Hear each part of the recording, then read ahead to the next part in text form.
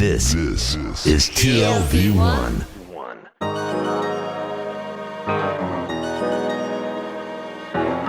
The Tel Aviv Review.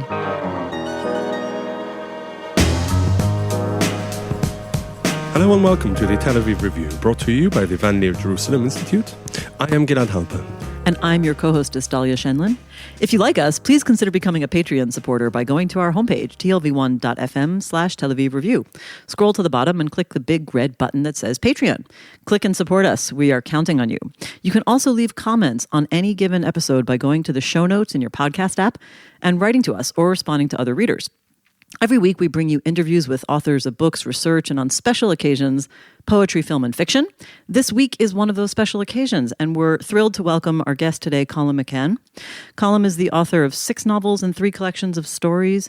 Born and raised in Dublin, Ireland, he's been the recipient of many international honors, including the National Book Award, the International Dublin Impact Prize, a Chevalier des Arts et Lettres from the French government, election to the Irish Arts Academy, several European awards. I can go on and on. In 2010, he won the Best Foreign Novel Award in China and an Oscar nomination. In 2017, he was elected to the American Academy of Arts. His work has been published in over 40 languages. He is the co-founder of the nonprofit global story exchange organization Narrative 4, and he teaches at the MFA program at Hunter College. We'll be talking mainly, but not only, about his latest novel, Apeirogon, forthcoming in 2020 by Random House. Colum, thank you for being on the show. Thank you for inviting me. As you state in the disclaimer, I like to start with the very, very beginning of a book. This may be rooted in historic events, but it's a work of fiction.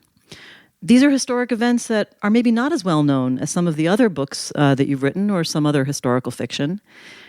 And I want to ask you, where does reality end and fiction begin? And I'll just explain that I know a lot of the characters in your book, or some of the main characters. And so as a reader, I'm trying to piece together where the reality ends and where you turn it into something that is fiction. How do you conceptualize that? Right. Well, Apeirogon is a novel. It's a novel about 2 men who lose their daughters. It happens to take place in Israel and Palestine. And the main characters happen to be real. And by real, we have to investigate this sort of word now. In particular, the idea of truth, post-truth, are important in the political atmosphere today. I call it a work of fiction because I want to get to the texture of the truth rather than the mercenary facts about things that are going on.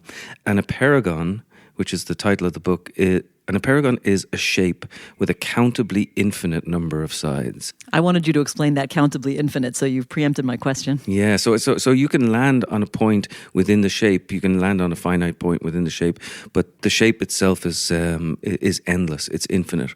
What I wanted to say is that this story of Rami Elhanan and Bassam Aramin, who lose their daughters, Smadar and Abir. This story is a story that we're all involved in. It belongs to everyone. We can be complicit in it or we can be heartbroken by it. There are 2 men who come together in friendship here in East Jerusalem, as you can probably hear from the sounds in the background. We're different from our studio in Tel Aviv, isn't it? And their stories are kind of extraordinary in that they are united by the grief that they share. And they decided then to use that grief as a weapon for peace. And they believe that the act and art of storytelling is something that can bring down the walls, both literal and metaphorical, that tend to surround us. Did you at any point consider writing a non-fiction book about this, or was it because it reads like one quite often? Yes. You know, I doubt the word fiction and I doubt the word non-fiction. The word fiction comes from the fictus, to shape, and non-fiction is as shaped as fiction is. I think I would like to abandon those categories, frankly, and just call it all storytelling. So for me, journalism is as powerful as poetry when done properly. When you hit the beautiful word, when you hit the proper phrase, fiction can be as powerful as non-fiction. For some reason, we have this dichotomy, certainly in the Western world, between what's supposedly true and what's supposedly not true. And my idea is that we get to the absolute heart of the truth by, not necessarily enslaving ourselves to absolute facts, to hold contradictory things in the palm of our hands at the exact same time. Which is kind of a recreation of the human experience. Exactly. And this is not the first time you're writing a book that in some ways, I'm not sure if you would use this genre title, but historical fiction. I mean, you've worked with other historic characters. I don't personally never knew the dancer Nureyev nor Philippe Petit, but I do know some of the people here. And I'm just curious, how you expect an outsider who does not know these people, because they're not famous, unlike some of these other figures you've written about. How do you imagine an outsider connecting to these people in particular?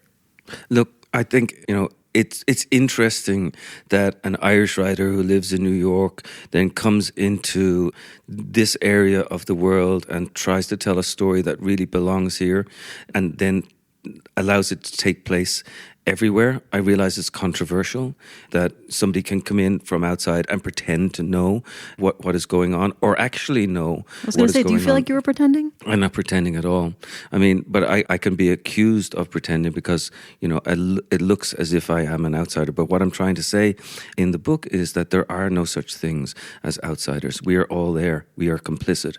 And, if we can get to the heart of what these two men are saying, which is that we must learn to know each other. It will not be over until we talk.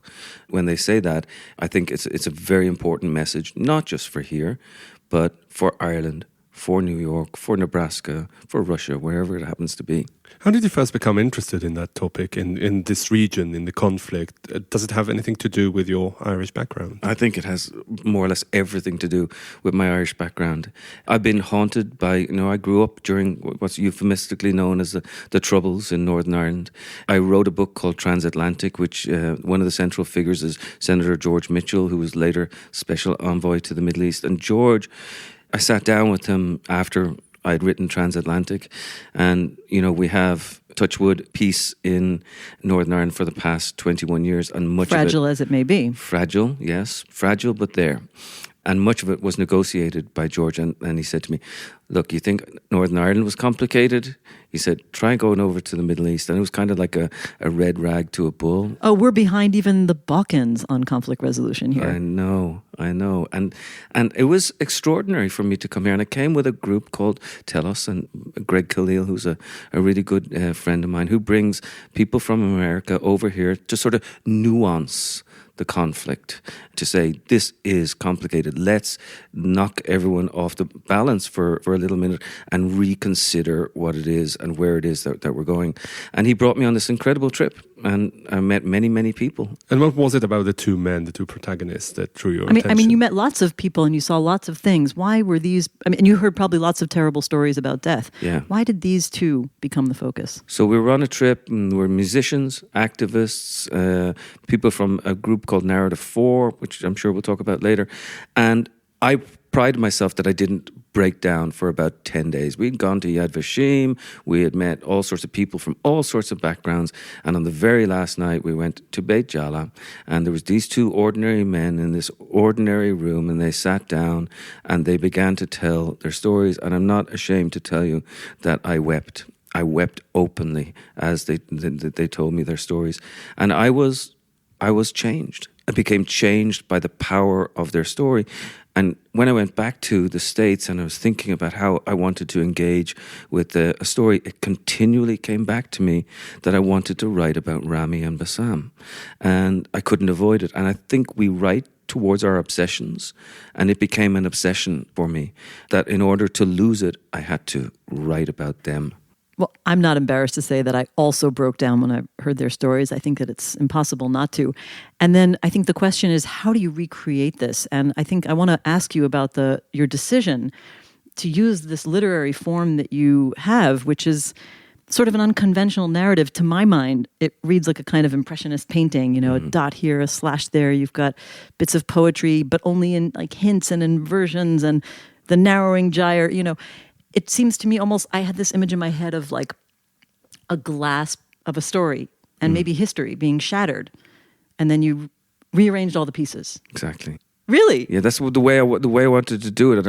And for me, it had to be, from the get-go, it had to be kaleidoscopic. Because I'll be honest with you, I was confused, and I'm still confused. I've been here so many times now, and in fact, the more I come back, the more confused I get.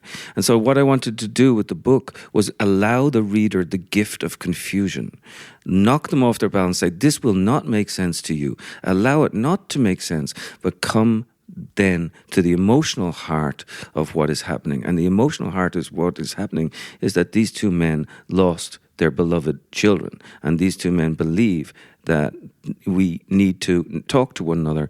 In an extraordinary act of grace, they have become best friends. So in the very center of the book, I allow them to speak, and they speak for themselves. But the rest of the book is like an explosion. It's like a flock of migratory birds going will talk about in those birds. Several different directions. And it's a new literary form. Thankfully, it's been sort of hailed as that so far. And it was one that broke my heart. It was really enormously difficult. You want the book to read in an easy way, but I knew I had to confuse the reader. And I knew I had to say, please, reader, trust me. I will confuse you at first, but I will not confuse you at the end. Why do you call that a gift? Well, because it's my job. I don't own the book anymore. I don't own the story anymore. It's written. It's done. I don't want to tell people what to think. I'm completely uninterested in that, but I want them to allow them to feel. And I want them, at the end of the novel, to basically be in that room in Beit Jala and to understand why we all weep. So maybe you're offering, and this is very interesting, a new definition of what a novel is. I mean, it's not just, the age-old distinction between fiction and non-fiction, whether the plot line is faithful to true events or not, but it's really all about the form. It is absolutely about the form, and in the sense that I knew that if this was going to be listened to, or I think that if this is going to be listened to, I had to say it in a different way. In some ways, the novel reflects the fractured nature of the internet and how we negotiate contemporary experience by jumping from one thing to the next. But it's very associative and all these. It's very associative, and the thing is that a writer's politics it's always dangerous to talk about politics. And I decided, okay, if it's dangerous to talk about politics, I am now going to talk about politics. What is the danger for a writer? Not necessarily. I don't mean that. What is the political danger? I understand that you might get attacked. What is there a literary danger that it might just come off as haranguing or something? Yeah. How dare you tell me about what's going on in my neighborhood, in my Knesset, in my PA, in my wherever it happens to be, and there's nothing as boring as being told what to think about some sort of political situation. So I had to confront that straight on, and at the same time try to tell a heartbreaking story that engages people, and so that they come out at the end changed. And this is what you want to do. You really want to put somebody on the cliff face, and as Kurt Vonnegut said, jump off the cliff and develop your wings on the way down. Can we talk about birds? Wings, yeah. We have to talk about the birds metaphor. I have so many explanations for it that I don't want to impose them on you before hearing how you understand this. Well, I would love to actually hear what you think, because I think one of the great things is that the readers create a book. The writer, gives the book, and then the readers come to it afterwards and then creates the explanation. So I really will want to hear. I have yes. 3 different possibilities. Okay. Maybe they're overlapping. Okay, I read into the bird metaphor in the beginning of the book. The bird is you talk about very fragile birds and how they're killed and mutilated. And I thought about the fragility of children, perhaps children themselves being a metaphor for fragility in general. I also read into it that there's a level of despair so severe that the birds express a longing to just fly above it all, fly away. And then I also thought about a more bizarre point. I remembered years ago reading an interview with Alfred Hitchcock about the birds. And he said, well, it's only natural that they should take revenge because they've been caught and stuffed in ovens for years. And I thought to myself, the birds in this are like a Greek choir. They are the conscience of these mutilated, dead children, constantly haunting us. And maybe this is like the revenge of our conscience for what we've committed. Well, that's really beautiful, and I'm going to steal it. And since this is my first interview about Apeirogon, I will echo that again and again. Sometimes writers don't know what it is that they've done. People find that hard to get their minds around. Sometimes you're just like a musician in a room, and you're playing the note, and somehow you think the note is real, and then you allow other people to listen to the note and make their own particular music out of it, the music of what happens. For me, the birds were all of those things, but also just the fact that they were migratory birds, and they could come here and land here in this corridor of Israel and Palestine, tiny corridor, second busiest migratory superhighway for birds in the world, and then go elsewhere. They've come from elsewhere, they land here, they go elsewhere, they live here. It represents all of us, and how, I mean, here we are, we're in East Jerusalem, as I said, the meeting place of three continents, the meeting place of at least three major religions. It could be argued that there are more. The meeting place of humanity in many ways, and we're all fascinated by what is going on here. We're all confused by it too. And I think what Rami and Bassam do is they help us negotiate our own grief and our own migratory patterns. And in a way, we're going home, and in a way, we're going away. What's your follow-up, as it were? I mean, you're here again in East Jerusalem, in the region, after having completed the book, which will be out shortly. Is it like a mission for life? What do you see? Where do you see yourself? I don't think a writer has to be an activist. I don't think she has to, engage politically at all. But for me, that's what I want to do. This is a story that I think is profoundly important for as many people as possible to hear. One of the reasons I called it Apeirogon is it's so unusual, and my publishers were not necessarily happy with me, but I wanted to give it a different name because I thought that, this is a different form of the novel, or at least I hope it is, and I want people to talk about it and say, well, I want to buy that weird book with that weird title, and then after people read the book, they know what the word Apeirogon means, and we live in an aragonal universe. Again, it's a shape, not a circle, with a countably infinite number of sides. Is there something hopeful about that? Absolutely. The sides we're living in are all terrible, but there's another side somehow. Yeah, there's something distinctly hopeful about Rami and Bassam, even in all their grief. There's something distinctly hopeful in the fact that we can tell stories and share stories with one another. I can embrace cynicism, but my new argument now is that the cynics are the sentimental ones. They go nuts about this because cynics don't like to be seen as sentimental. They like to think of those of us who have hope as being sentimental. I want to turn that argument around on them because cynics don't journey anywhere. They don't journey out of their own cynicism. And that, to me, is the ultimate definition of being sentimental, refusing to go anywhere else, abiding in the one place. I believe in hope. I think the cynics are right. Is it a dirty world? Is it a troubled world? Is it, terrible? Are we awful to one another? Yes. But that's no great revelation. The great revelation comes from embracing the cynicism and then bringing it to a different optimistic place. Have Rami and Bassam read the book? Yes. Yeah, they've read the book. And, it was hard because I've changed certain things. Like Rami said, Rami's main thing was, look, you have me traveling through Jerusalem on a motorbike, and you have me changing gears and all these sort of things. And he said, I drive an automatic, right? I said, of course I know you drive an automatic. But for me, the metaphor was, I want you to go through the gears. And that's one of the small things of where I wanted it to be fiction. That's fascinating, though, because I think, again, it's hard for me to separate because I do know these people.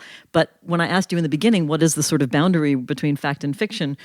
This is the kind of seamless shift into the world of metaphor that I would never have even known, even though I know the characters, and your readers, of course, won't know either way, but they will hopefully get the metaphor. Well, I met with Nurit and Rami and actually Bassam and Salwa, his wife, last night here in Jerusalem, and we had dinner together, and they were so gracious and kind about the book, because they know that the elemental beating heart of the book is their story, and that it is truthful. It is absolutely truthful to them, even though they know that some of the things that I have happen in the book are invented. And like Nurit said to me last night, I have a line where Nurit says, and not even the myths are that startling. And she said, I never said that. But she said, well, maybe I kind of felt it. And that was, And it's a line you return to several times. Several times, yeah. There's a lot of repetition in the book. There's a lot of, to me it was like trying to write music. I was a conductor, and here I was. I had all these musicians, and go contrabass, go piano, violin, come in here, and then every now and then, while I was conducting this weird music, the door would open at the back of the hall, and light would pour in, and in would come some musician carrying a case, the shape of which I had never seen before, and she would come in, or he would come in and sit in amongst the musicians, take out an instrument I'd never seen before, and I would have to incorporate that music into the writing of the novel. I am not even going to ask you if that's literal or not. How about that? Okay, perfect. Good. I want to switch gears to another question that is sort of a very specific aspect of the book. Can we talk about bombs? I think there is something particular about death by bombing that is, somehow traumatic in a way that other deaths are not. Even though one of, I don't want to give too much away, but only one of the deaths is a bombing. It reminded me of a book I just read, so if you don't know about it, that's okay, but I'm curious if you've heard of the Association of Small Bombs. I've heard of it, yes. Yeah, yes. But you haven't read it, but I think there are some interesting things in common about how the idea of a bomb is somehow bigger in our imagination than every other kind of death, and you describe it very graphically, to say the least. Right. How do you agree with that? Every death is a bomb. There are all sorts of small bombs that go off in our hearts and in our heads all the time. But this literal bomb, this suicide bombing on the streets of Jerusalem in 1997, which is what propels Rami into this world of storytelling about his daughter, is something that we find extraordinarily difficult to negotiate. There's something about the shock waves of a bomb that penetrate us in all sorts of extraordinary ways. But, there's no Olympics when it comes to death, and nobody gets the gold medal for how horrible some of these acts of violence happen to be. I think Rami and Bassam both know that. They intuitively are aware of that.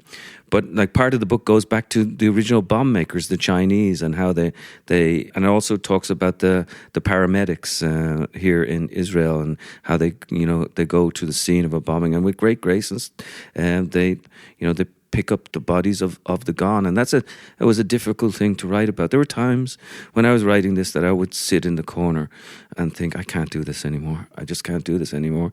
But I felt that I had to, because I think it's an important story, and to find the hope out of that. I will say, though, that the Association of Small Bombs, the reason I mention it is not just because of the bombs, but it's also about a terror attack in a conflict situation between India and Pakistan, and I think over the Kashmir question. And so I think that it's two very different ways of telling the story. Yes, yeah. About theoretically the same event. John Berger says, the great John Berger, from the English writer who lived in France, he says, never again will a single story be told as if it were the only one. Wow, what a line. I want to ask you about the research that you did and how you prepared for writing the book. Again, going back to the question of where you draw the line between fiction and non-fiction, if at all. I mean, because the facts in the book are so abundant, did you at any point say, okay, now I might be getting into an area where I know too much and that might hinder me as a fiction or a novelist? Yeah, again, it was just about the music of it. There were times, I mean, I probably, the novel is told in 1,001 different sections. I probably wrote about 3,003 different sections.